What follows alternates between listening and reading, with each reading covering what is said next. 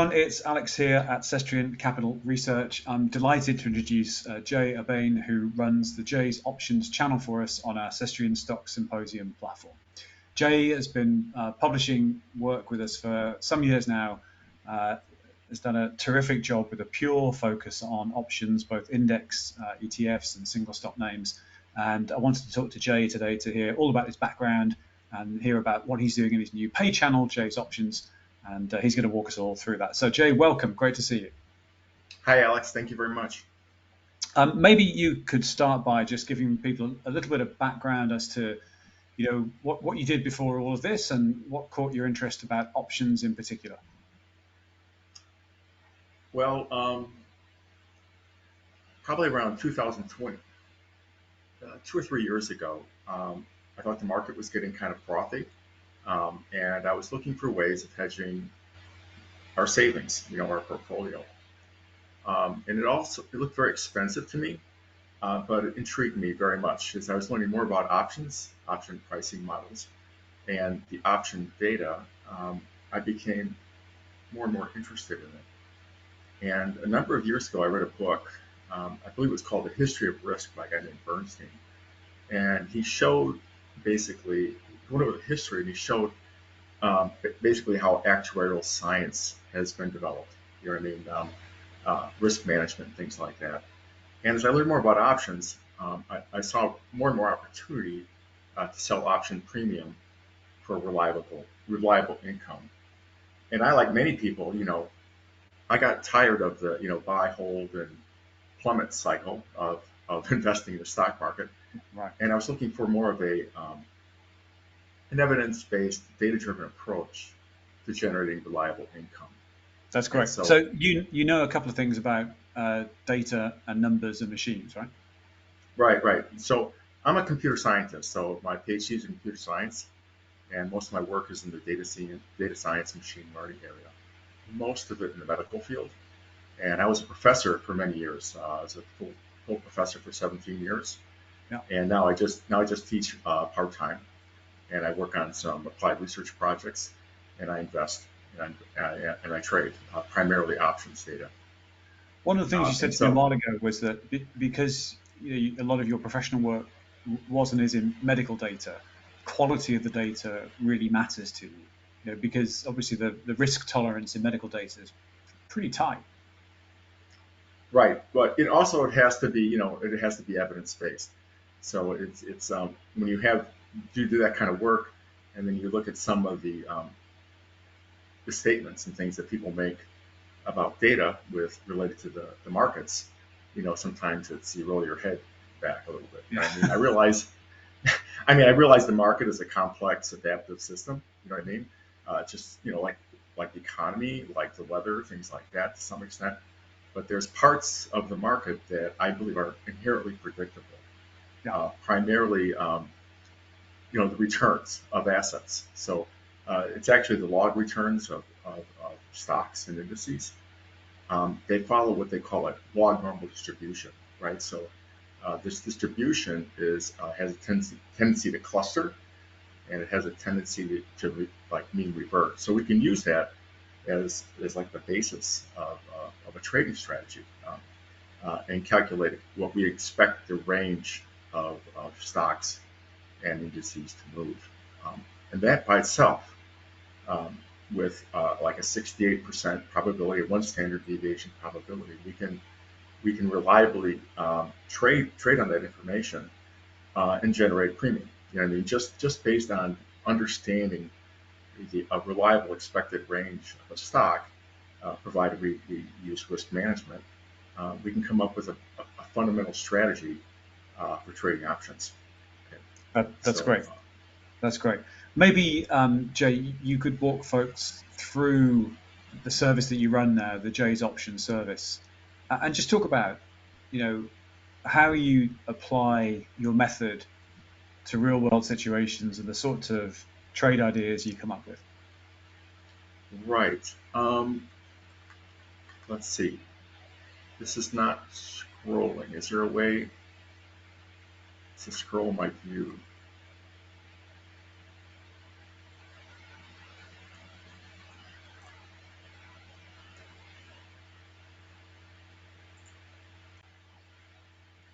So on your screen now, Jay, we've got an extract from the Jay's options service. So maybe you can talk us through that. Right. So every morning I get up and I generate a lot of data. Okay, so a lot of this has to do with option positioning, and it also has to do with statistical analysis of those distributions I was talking about. And in the morning, I'll go through here and I'll generate plots for all the major indices, and also, like big text data stocks, a lot of the stocks that are covered by the Cestrian, Inner Circle, and Growth Investor Pro type tools. And so right away, these kind of give me an indication of support and resistance levels based on how dealers are hedging their positions from option data. So this is useful whether you're trading stocks or options. Okay, so the first layer basically is to take that expected distribution, and then from that, I measure implied and historical volatility. And the idea there is that the volatility is really high. Those options are more expensive, meaning if you sell them, you want to sell it high, right? And then buy it back at a lower price. So basically, I go through, I generate these plots, I analyze this data, and then I also have other screens that I run through some data feeds and also like Thinkorswim, where I identify option or I look at stocks where I believe that the future realized volatility will be less than the implied volatility from the option pricing model. Right. Okay, so then I take that data every morning and then I plot. So one thing that has popped out and suggestions from some of the people on the channel is some of these things where they're pretty useful for identifying potential breakout stocks. So I generated a table of stocks where the implied volatility is not only high, but the technicals are such that they look like they might be breaking out. Okay, so what I do is I identify stocks that we can sell put premium on. So you sell put spreads, or you can sell iron condors, which is a neutral strategy. But for the put spreads, basically you're looking for stocks that have very high volatility. You're looking for stocks that have very high implied volatility, relatively low future realized volatility, and that are in an uptrend, right? So you're looking for things like, the MACD is starting to curl, they have positive relative strength, and I also look for like squeeze candidates or stocks that are coming out of the consolidation. All of these things. So if you start with the distribution in terms of the range of the stocks, how far they're going to move, then you layer on that dealer positioning to identify support and resistance levels. And then finally, if you can apply technicals that identify stocks that are trending up, neutral, or trending down, then we can apply the appropriate option strategy from there. So I'm going to interrupt you there, Jay, which is to say that even if anyone who's watching this does not trade options at all, I can say from experience that Jay's work is incredibly valuable for investing and trading in any of the major liquid index ETFs or the major liquid stocks. So one of the things that I personally use Jay's work for every single day is to look at where implied support and implied resistance levels are according to option dealer hedging. And this can be wrong, sometimes it is, but very often unerringly accurate. And as a second view on these instruments to our own work at Cestrian, which is predominantly fundamental and technical based, doesn't look at the options market at all in our housework, it's so powerful. And I would strongly suggest anyone that's watching this that never traded an option in their life, if you want an additional lens on those big liquid index ETFs or the big single stock names, this work is really helpful. Sorry, Jay, carry on. No, well, thank you. Yeah, it's one of the things I'm doing is that I'm constantly experimenting with strategies. Having a research background, that's one of the things that intrigues me.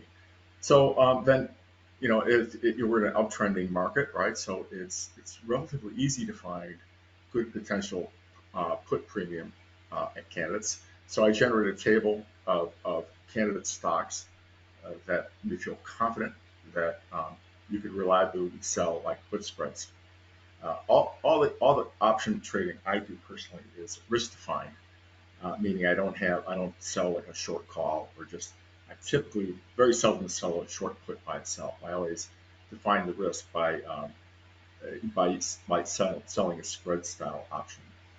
And then also I generate a list of what I call neutral candidates. So in this case, you would sell not only a put spread, you would also sell like a call spread. You know what I mean, that kind of thing. So you play both sides of it. So the whole time like, with these directionless trades, you know what you're right. So you basically, when you sell lose.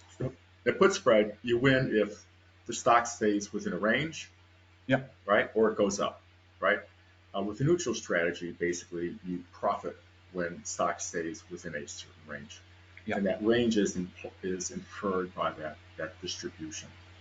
Okay, and then all these things I'm talking about, I've written like documents to support things. So this is the opposite of the, stocks going up. I think I'll buy calls because, well, the stock's going up and I can deploy less capital in calls than if I divide the stock and hopefully I'll make some money. It's the exact opposite of that, right? It's much more about, measuring and controlling the upside, measuring and controlling the risk, and defining the trade accordingly.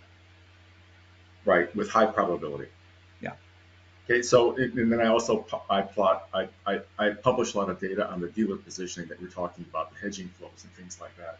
So I have a set of summary statistics, and I show that with the volume profile of like the previous day's price action, and then I generate these plots where I superimpose this option range. It's a little hard to see in this picture, but you can see these dotted lines gives me the one standard deviation expected range of the stock movement at this point in time. It shows like the green is the call option.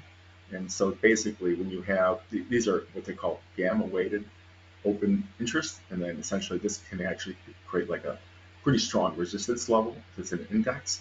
And then these are the put options. Okay, so they can provide support or resistance depending if you stay within the area, or if you break through them, it can actually accelerate downwards. Okay, so I do that for a number of indices, and I do that for a number of stocks, often based on interest, from people in the channel here.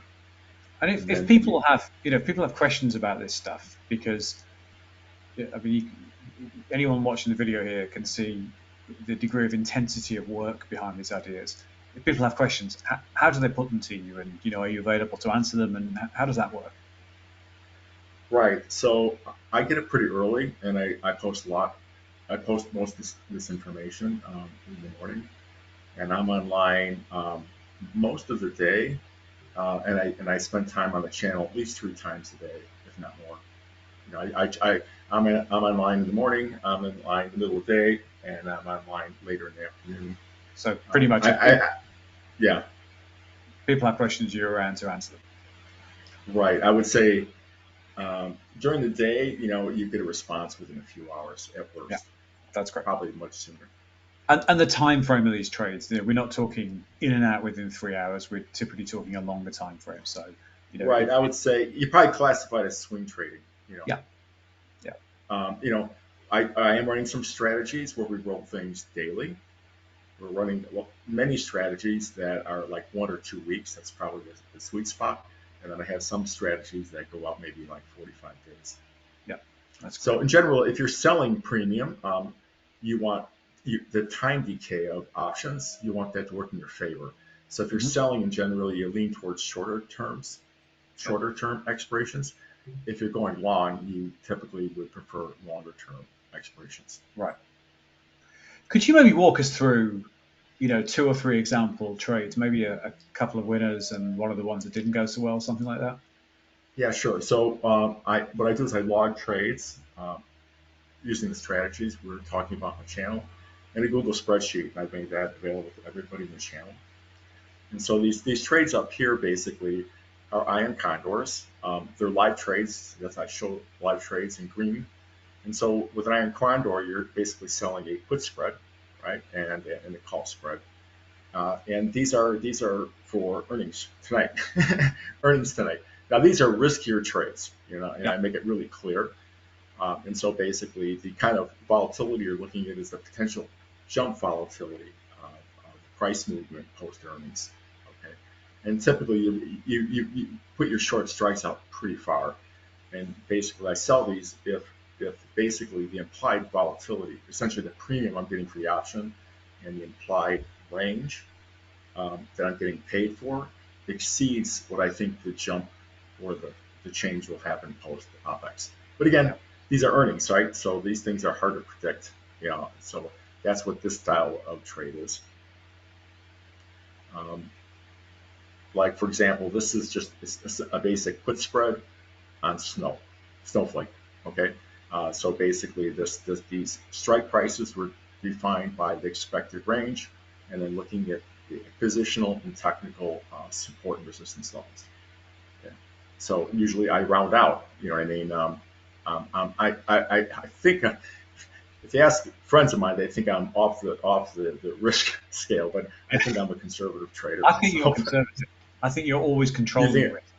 Yeah, I think okay, you're cautious. Yeah, that's what I love about your work, which is it's a great way to try to make money from options without the people hear option trades, they get scared, right? Because everyone's heard a story of someone who made a huge fortune in 13 minutes, and everyone's heard a story of someone who lost all their money in a day, right?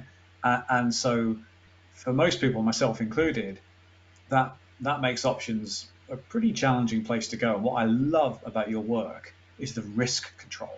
That's what I think is superb. And it's not, again, as you've said, it's not just wave a finger in the air, take a quick look at a stock chart. This is probability-based risk control. And it's excellent work. so this. If we look at this trade right here, for example, uh, oops, this is ANET.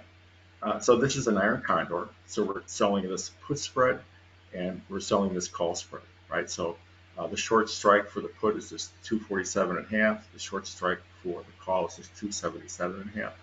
So this is a 5 wide. Each side between the short strike and the long strike is 5 points, right? We've sold 10 contracts. So basically, the max loss would be 10 times 5 times 100, be $5,000 in this trade. Mm-hmm. But we received 1.12 in premium, right? 1,120. So basically, what is that? 48.8. Our total risk is like 38.80 or something like that. So that's how over here, what I do is I calculate the potential return of this one trade is 29%, which is pretty good. Yeah. But you're right. So the most we can lose with this trade is $3,880, right? Because we have these long strikes for both the put side and the call side. So that's not a bad return. You know what I mean? And we've clearly defined what the risk is. Yeah. So this is selling iron condors, selling put spreads are like, I think, relatively low risk, high probability trades that are kind of bread and butter trades. Now, these three trades are like the opposite of like a collar. So a collar is usually something where people would essentially sell covered calls to be able to buy protected puts. A long combo or inverse risk reversal is the opposite of that. So rather than taking a large amount of capital and investing it in stock, if I'm feeling really bullish, and I was feeling bullish back around when I buy this January 10th, I thought the big tech stocks were looking kind of bullish. So I put on three of these long combo trades for Google, Meta, and Microsoft. First of all, they're pretty stable companies. I don't think the floor is going to fall out from underneath them. Yeah. So basically, I sold 10 put spreads and then bought 2 calls for each one of them. And this way, and I actually made a profit when I first started the trade on Google of $669, and I closed all of these this afternoon prior to earnings, because I didn't want to overdo it. Yeah. But this worked out pretty well. You know what I mean? These what is the return here?